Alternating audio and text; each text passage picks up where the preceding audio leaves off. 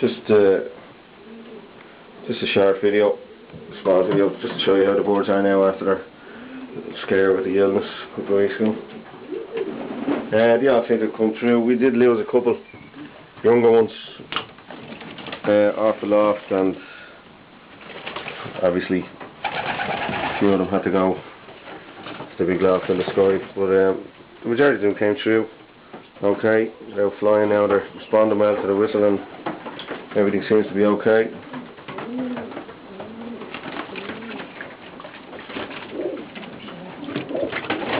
Enjoying that box.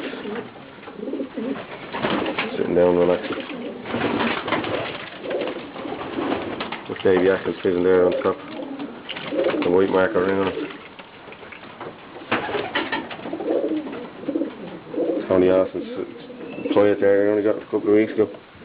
Still squealing. Might spot one of your own around. They all seem to come through it okay, and hopefully they'll be alright for the future.